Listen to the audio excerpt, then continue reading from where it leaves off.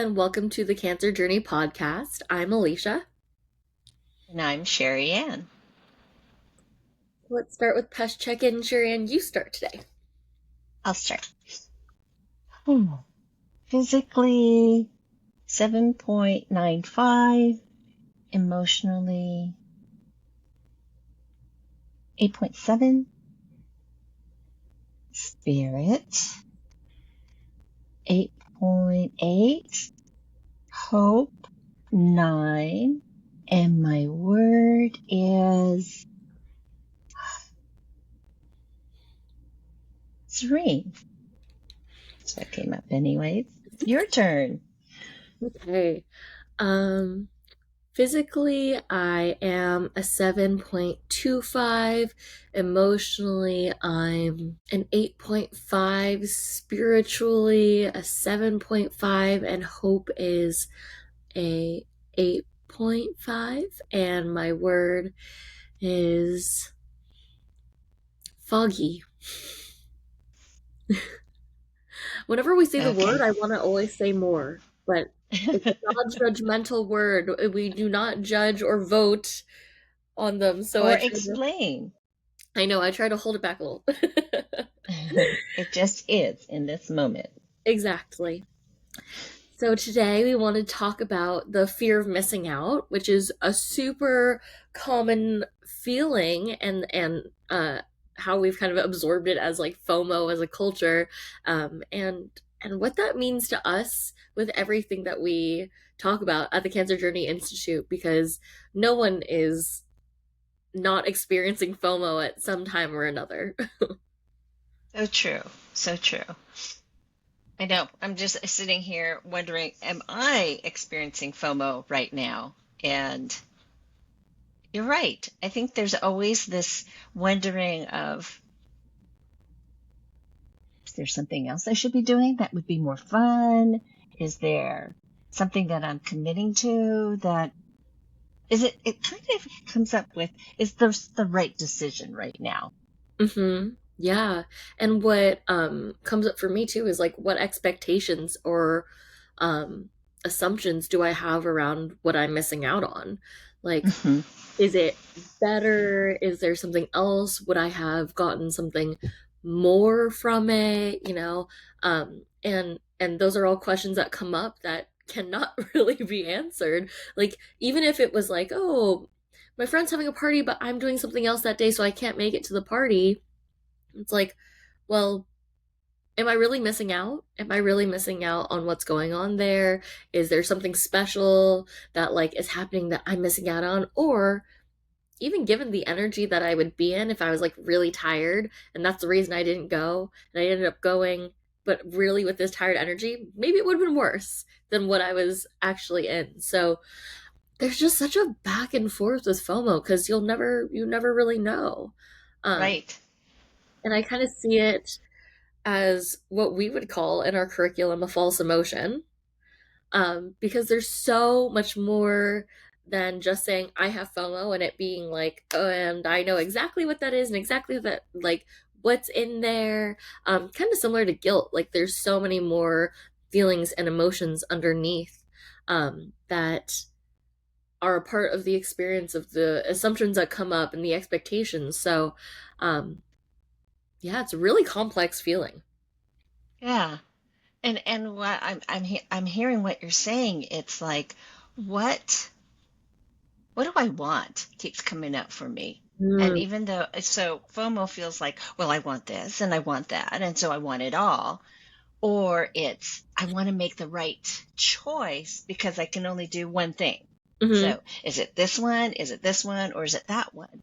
And I'm just even bringing that back to the cancer journey. It's like when I have to make really important decisions like treatment, it's like, well, am I going to pick the right one?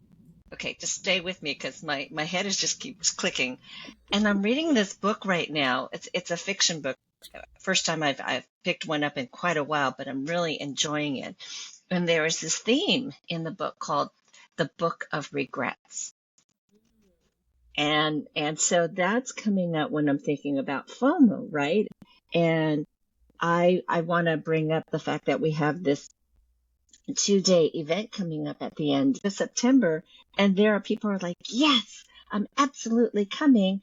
And yet I can feel that FOMO, right? It's like, yes, I really want that. I'm so excited about that. And what else is going to slide in and be like, maybe that would be better. Maybe that would be more fun. Mm-hmm. So, okay, whole thing. What, what landed with what I said to you? Um, you said a whole lot. I think I'm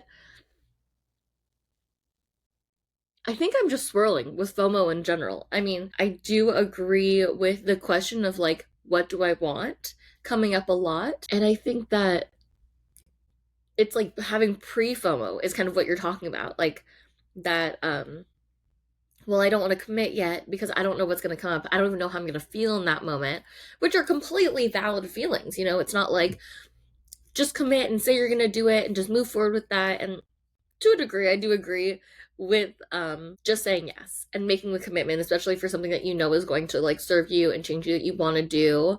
But I understand how FOMO pulls you back. It puts the brakes on. Um, just some strengths that have popped into my head about decelerators, so I'm trying to quiet that down and sit here. Um, and you want to have the option of doing something else in that time, but to commit to yourself and commit to the time and the benefits that you're gonna get out of that specific event. Like our event, the Foundation of You, is, I mean, we can absolutely promise that there's going to be growth and there's going to be change. There's going to be this really warm, sweet community of people. And what I can't promise is exactly what those interactions, connections are going to look like. Inevitably, throughout all of our programs, when you come, there's this warm hug that everyone experiences, and also everyone who's experienced cancer is coming together and you have this shared experience. There's no pity. There's no, "Oh, I'm so sorry," or like people taking, the spotlight and needing to like have it. It's like we all get this really sweet shared experience, and we get to relinquish the fear that we're going to trigger someone else and that's going to like infest the whole space. There's no safer space than with us in the Cancer Journey Institute. Even when I think back to our trip to Greece, like during workshops, things would come up, and there's the assumption that it could be triggering to this huge group of people who've all experienced something really intense and serious, and yet this is the perfect place to be embraced by that and to be seen and heard for what lies beneath some of the intensity and rawness that's there, that allows you to really be comfortable in this space. And I think that's like my biggest invitation to people for it is that you can't go wrong. You can't go wrong coming to a CJI event because you will be embraced. You'll be seen for your exact experience. You'll be seen as the unique, full human you are. Um, but you'll also get to experience like the warmth and the lack of needing to walk on eggshells, if that makes sense. Um, and so if there is lingering fear of missing out, that's what I think people would miss out most on by not just saying yes to this event. And what else they could be missing out on? I mean, I understand that sometimes weekends are like what people use that time to recuperate and rest and come back to center, with themselves on their own.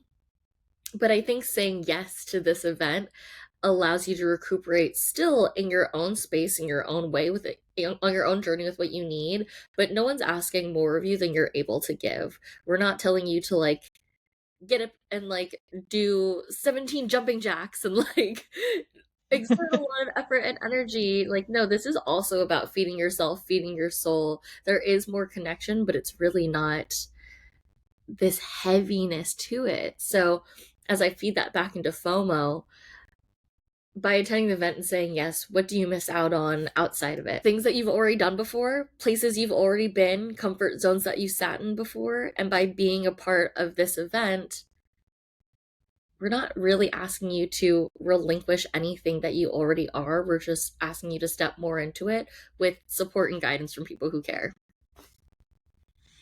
Yeah, I just loved everything that you said. I'm like shaking my head and I'm like, yeah, yeah, yeah. And I really see where we wrestle with um, that. Can I give this to myself? Mhm. Mhm. And so it's a big deal, right? We're in a society, at least when we're growing up, to not be selfish, to be, there for other people and to help others. And that's great. But in these situations where you're being invited to step more into yourself, to learn more about yourself so that you can really help people more, Mhm. it's still like, oh, the attention's on me. Do I give myself this versus using the weekend and all the responsibilities? And so, yeah, I could feel the fear of missing out because it's like, oh, I know that I'll get something from it. Using a weekend of rejuvenation, I'll actually be rejuvenated and more returned to myself.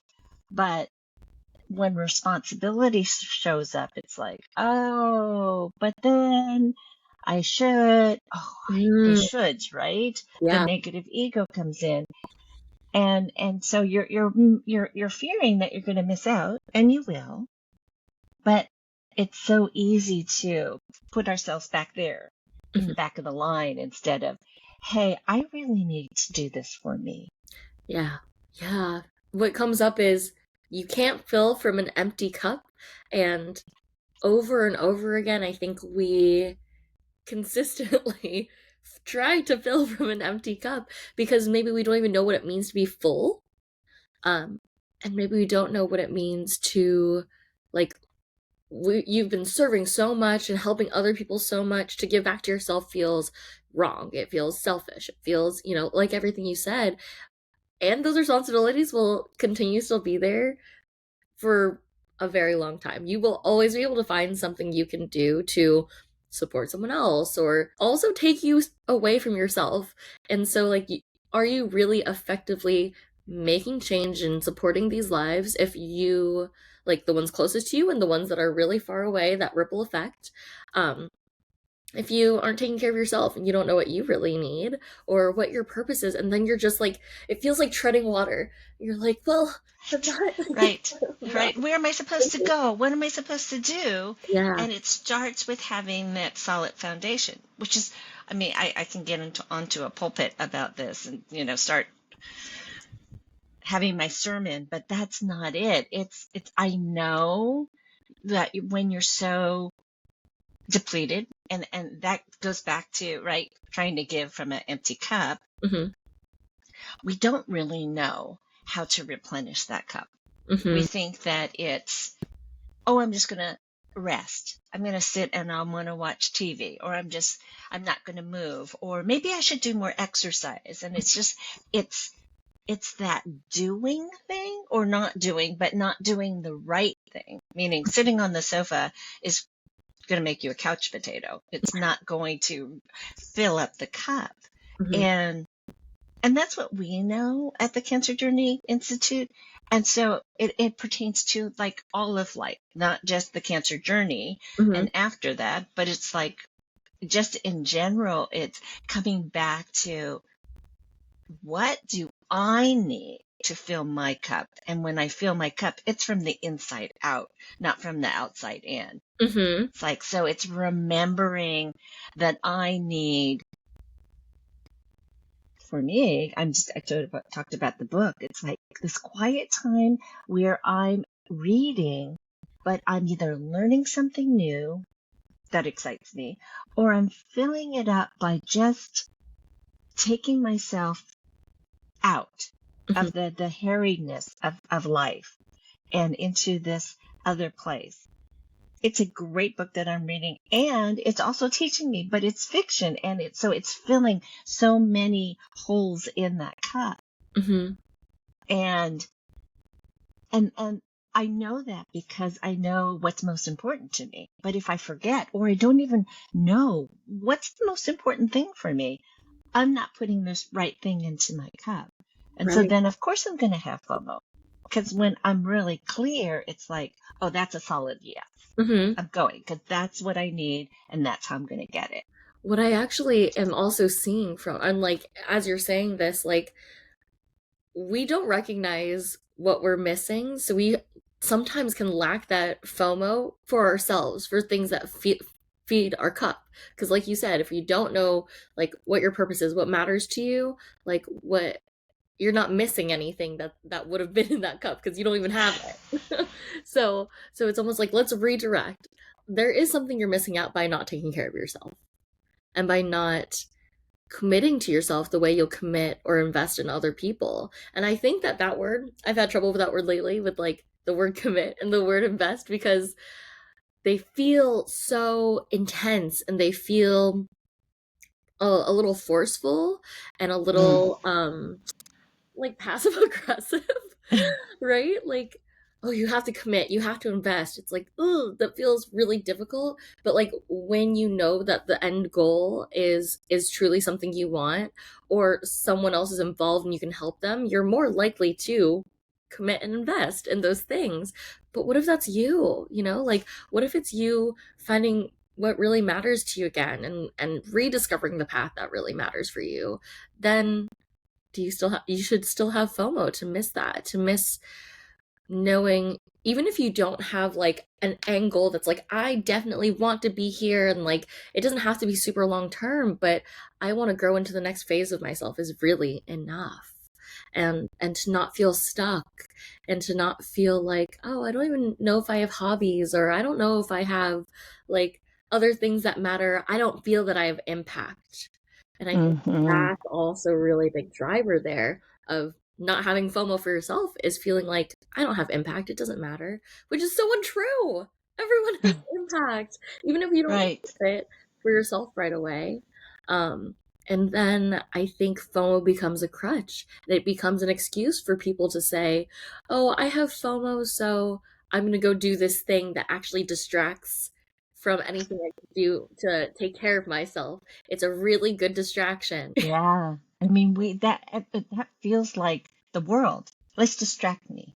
No, that feels hard. I'm gonna be distracted, or that feels too indulgent. Hmm.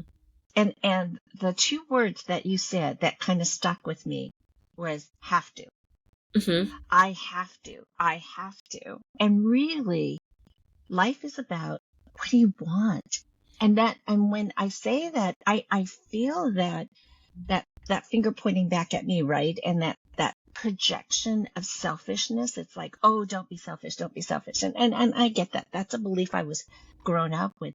And I really had to do some hard staring in the mirror to say, I matter. Hmm. And we learn that in a cancer journey. It's fleeting. It's easy to forget because even when you're going through treatment, you're still taking care of everybody around you. Even though they think that they're taking care of the patient's like, what can you handle? No, you can't handle that. Okay, so I'm going to taper that down. And so they're adjusting of Hmm. what they're saying, what they asked you to do, what you're included in. And so they're taking care of everybody out there and kind of assessing. But more than anything, we're tapering down or dampening down what we want. And that makes the cup empty really fast. Hmm. That makes us less than the possibility of who we are and the capabilities of who we are. And so I kind of want to bring back FOMO in the way where it's, what do you want? Hmm. Yeah, yeah. That's like exactly where I wanted to go with this too. It's like, so when you do have FOMO, what do you do? And where's it coming from? And that's also why I think that FOMO is that false emotion, because it comes up in different ways, in different situations for people, but there's this whole earth of other emotions that kind of explain why, in which situations we're feeling that. But yeah, like, what would you say to someone who is like, oh, well, I have FOMO, I don't know. I don't know what to do. I don't know what choice to make. Right. I want this and I want that. How do I choose?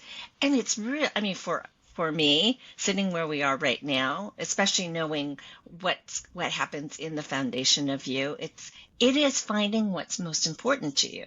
Hmm. And so that becomes this wonderful and easy litmus test. Do I want to do A or do I want to do B? Let me check it with what's most important, and then the obvious answer is right there. Hmm. But then instead we get caught up in our heads of, well, I really need to help mom with that, or I need to get that done. And so it's other and it's out there versus what do I want? Yeah, yeah. And so, I mean, throughout the Foundation of You event, um, we kind of lead to your essence formula, which tells you these like really important points that matter to you, and they become a little more.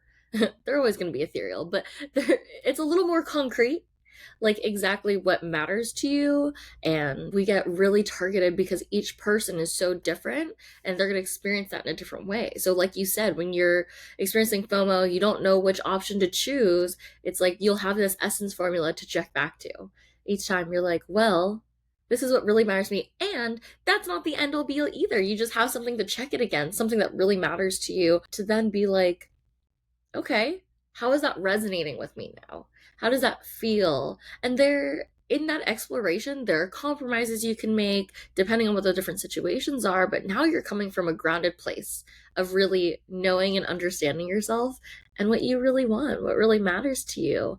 And then it it honestly just opens doors to enable you to like experience everything that you do want to experience and to just try, like sometimes FOMO is like what's really holding you back. Maybe it's not exactly FOMO. Maybe it's just the fear of trying something new or going out there and feeling stupid or feeling other or something like that. But you have so much strength in the person you are, and you gain that through the foundation of you. We're literally finding the foundation of you, if that wasn't obvious by the title. Um, and so you get to feel more solid in yourself. And whatever comes around to knock you down, you can still hold your ground and be like, actually, that doesn't resonate with me now, so I'm just going to sidestep that. I'm going to move into something that does work for me and that does light me up. Beautifully said, because I think another part of FOMO is worrying about how other people think and Mhm. see. So it's like, okay, if I'm really clear on who I am and my foundation, then I can stand there powerfully and say, nope, that doesn't work for me. Mhm. Or, yes, my soul is jumping up and down and that's what I want to do. That's that easy decision. That's where we want people to be. So it's like, okay, let's get you so grounded in who you are and what matters to you and what lights you up. And what is in alignment with your being, that these decisions that show up, it's not about having too many choices. It's about being clear Mhm. on what is it that you want based on you and putting you at the forefront of the mix, not because it's selfish, but it's self first. And then fill that cup up. I just love that idea, that whole imagery of that. And then you get to be helpful to the world. You can have a life of meaning and purpose. Like that's it. Yeah, yeah. And it's, again, not selfish to know what matters to you, nor does it really take away from the people who do rely on you, right? Because they matter to you too. So you mattering means that they also matter because you care about them. But people's opinions of like you should, like other people's thoughts that infiltrate your negative ego and your thoughts of what you should be doing or where you should be showing up, or that someone expects something of you. Okay, that can exist, but it's outside of yourself. Do you want to go? Do you want to be there with them? Um, and yeah, it just really highlights like, not that other people don't matter, but you can speak to what's going on there without giving yourself up to be there for someone else. You don't have to give yourself up. And I think that's one of the most important things that we teach. Sounds like a takeaway to me. Yeah, I think my takeaway is that you don't have to give yourself up, and that You deserve to put just as much effort into yourself as you do in other people so that you can be really clear on what matters to you. And my word is mattering. Okay, so that one is so important, and I'm going to take it and jump off of that. So, my takeaway is that by me really stepping into who I am and solidly offering, bringing that to the situations of life, that I'm really actually having this invitation to everyone else to do the same. Mhm. And it's not one over the other or one higher than the other. It's like you doing you, me doing me, and we come together when it makes sense. And if you're off doing that thing because that's you, then my understanding of you're not doing it to hurt me, but it's you really on your path. And I can honor that, I can support that, I can champion that. Mhm. Yeah. Woo! And my word is freedom, because that just feels like freedom to me. Yeah. Well, thank you for tuning in. We release new episodes every Friday, so we'll see you next week. Thanks for joining us. Bye for now.